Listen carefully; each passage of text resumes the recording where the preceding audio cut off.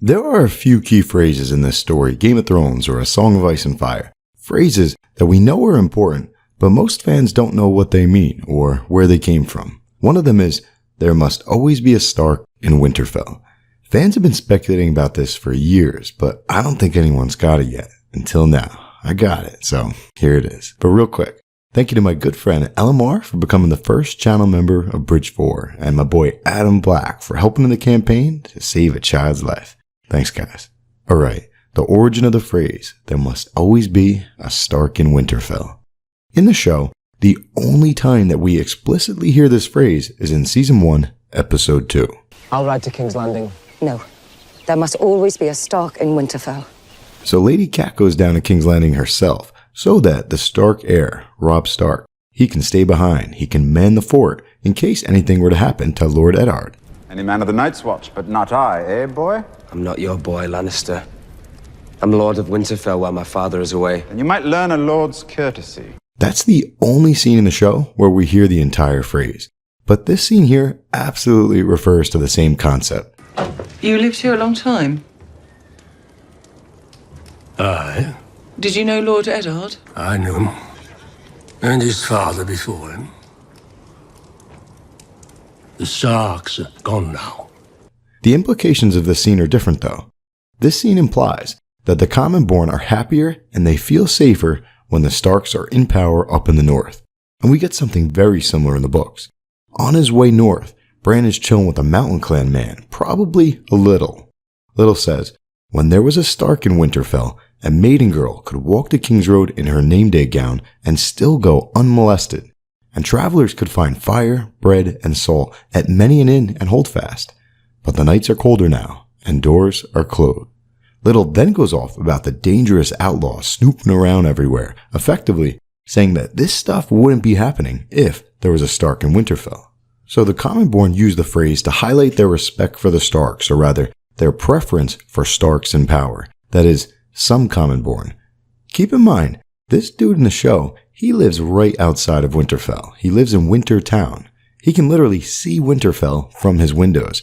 So he doesn't represent all common folk in Westeros, because his experience is specific to his location. And the Little in the books? Same thing. He's a Mountain Clan man, so he's up north, he's in the mountains, he's in the woods. He's relatively immune from the horrors of war. But not everyone is so safe in Westeros. Who were they? I stopped asking a while ago. Remember this scene in Season 2? These guys were outlaws. They murdered 3 people. They made one of them suffer. And these were northern men. Glorious work of the Northern Freedom Fight. This guy was at the Battle of the Whispering Wood with Robb. And not only were they northerners, look at what they're wearing. That's the same outfit as Ned, same as Jory, same as Jon. These are Stark men, and they're acting really, really mean. Why did they commit this crime? Thoros explained it best in the books. Some nights, notice the spelling there, K-N-I-G-H-T-S. Some nights are dark and full of terror, my lady. War makes monsters of us all. These Stark men, they were broken men. If you don't know what that term means, go click the link above. It's the best passage in the entire series. It's about the Hound, or rather, the Hound's figurative death, when he left behind the Doghead Helm. It's about burying the Hound and the rebirth of Sandor Clegane. Never too late to come back. So we've got 2 usages of the phrase so far. One from the perspective of the Starks, wanting to assure that they always have an heir chilling in Winterfell. And a second usage from the perspective of the common folk. How some common folk, specifically the ones in the north, how they feel more comfortable when there's a Stark in Winterfell. Now the phrase, there must always be a Stark in Winterfell, it's only used twice in the books. But George R. R. Martin references, quote, Stark in Winterfell 11 times in total. We need to analyze the other 9 examples as well, because they refer to the exact same thing. The term Stark of Winterfell, it's a more general term, it's used a lot. But Stark in Winterfell relates directly to the concept of a Stark heir. So these 2 topics, they're 2 of 4 topics about which the term Stark in Winterfell is applied. We're going to go over every usage of the phrase in the books, all 11. So you're going to see the other 2 topics that it applies to. And once we're done, you'll see that the origin of the phrase and its meaning, it's pretty obvious in hindsight, and it's very important. So we've got 4 high-level topics. Roger told Bran that he had to start thinking of himself as Robb's heir. he had to start acting like one. Bran was a Stark in Winterfell. He must attend to the lords who came for the harvest feast while Robb was down south playing at war. Bran eventually started thinking of himself as the Stark in Winterfell, as he realized everyone who went down south was dying. And later on, Bran used the term defensively to Jojen early in their relationship when Bran did not want to admit to having wolf dreams. I don't have to tell you my dreams, I'm the prince. I'm the Stark in Winterfell.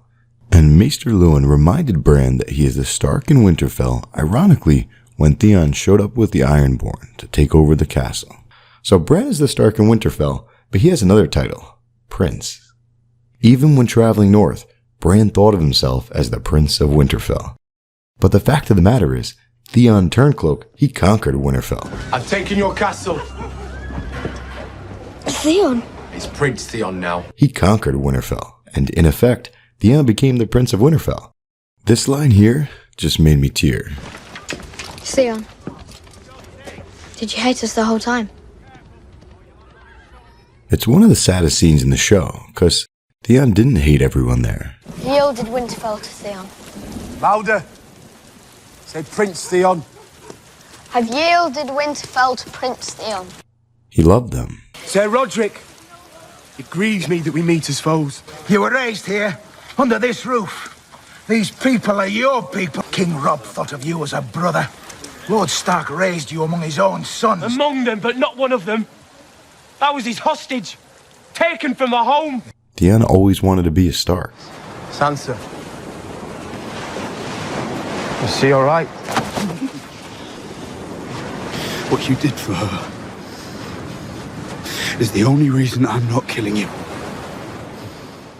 It always seemed like there was an impossible choice I had to make, Stark or Greyjoy. Our father was more of a father to you than yours ever was. He was. And you betrayed him. Betrayed his memory.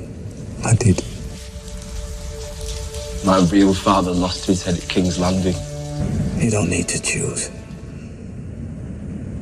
You're a Greyjoy. And you're a Stark. Even Asha, or Yara in the show, even Asha thinks of him as that, Prince of Winterfell, although it's in a mocking Quiet, the Prince of Winterfell. and later in a mournful way. You can't trick me. Tell him you couldn't trick me. I'm not tricking you, Theon. I'm saving you. Theon. Really? Make for the ship, now. For your brother. My brother's dead. But Theon is the Prince of Winterfell for a bit, until his buddy Ramsay decided to take over. At this point, Theon's chapter titles changed from Theon 1, Theon 2, and so on, to Reek 1, Reek 2, and so on. Until Ramsay is to wed fake Arya Stark. At this point, Reek is a mess. He doesn't think of himself as Theon anymore, but they need him to temporarily play the part of Theon so that he can pretend that Jane Poole is the real Arya Stark, to give legitimacy to Roost's heir Ramsay marrying the heir to Winterfell, a Stark girl. When this happens, George R. R. Martin gave the chapter a new title. Not Theon, not Reek. This time it's the Prince of Winterfell, Theon. Now, in this chapter, Mance Rayder shows up in disguise. He's using the name Abel, which is an anagram for the name Bael. And Mance's plan is to rescue Jon's youngest sister Arya from Ramsay. So George R. R. Martin referenced the quote, Stark in Winterfell, 11 times across 9 scenes and 4 topics. The first was the little, Commonborn's preference for Stark leadership. The second topic relates to Stark heirs, first Robb as Ned's heir, then Bran as Robb's heir. Robb was king, so Bran was prince, a prince of Winterfell. Well, Bran was the Prince of Winterfell, until Theon became the Prince of Winterfell, at least in his own head. But Ramsay stole Theon's dream from him, as well as his identity. So Theon became Reek, until the day that Ramsay was to wed fake Arya Stark in the books.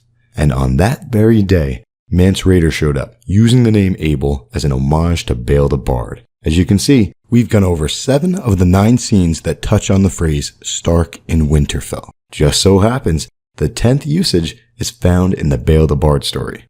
We don't know which Brandon it was, but Ygritte referred to him as the Stark in Winterfell. And this little Easter egg to the phrase makes sense because this story is blatantly about Stark heirs. The Stark line was near an end because the Stark in Winterfell only had one child, a daughter. It begs the question, Why was the Stark girl the only heir? Why didn't she have any brothers? Maybe her mother died in childbirth and the father never remarried, but that seems unlikely because you'd expect him to remarry so that he can have a male child. So here's my hypothesis. The Stark girl did have brothers, but they all went out to war and they all died. So that, my friends, is where the phrase comes from. There must always be a Stark in Winterfell because people die in war. You gotta leave behind a male heir. Pretty sexist, but that's the way I think they saw it when they developed this phrase. Alright, let's wrap this up. According to Ygritte, Jon has Bael's blood in him, same as her. And in the show, they sort of reversed it. Jon said this: I have the blood of the first men. My ancestors lived here, same as yours. So why do they have the same blood? Because the Stark girl sang a secret song, just like Lyanna did with Rhaegar, Romeo and Juliet, a love song, a song of ice and fire. The Stark girl and Bael the Bard created a figurative fiery sword, a living human, Lightbringer, the bastard of Winterfell, the man who, 30 years later, he saved the day by killing his father, killing Bael or Azor Ahai, when Bael came down south with the wildlings. But the point is, the Stark line lives on through the blood of a Stark girl, and even worse, through the blood of a wildling. The Stark line lives on through the blood of a bastard. Irony level 1000. So all the Starks we know, they descend from a wildling bastard. But thousands of years ago, they covered it up by excluding the Bael the Bard story from the Winterfell Chronicles. By now, the North has forgotten that all the Starks descend from this wildling bastard, a bastard who, we hypothesize, became the 13th Lord Commander, the Night's King of history and lore, and eventually, this guy, the Night King. Which leads us to the next big phrase, the North remembers. We'll go over that in detail tomorrow with some new clues connecting all of this. Hit subscribe. Catch you on the flip side. So why are you fighting us?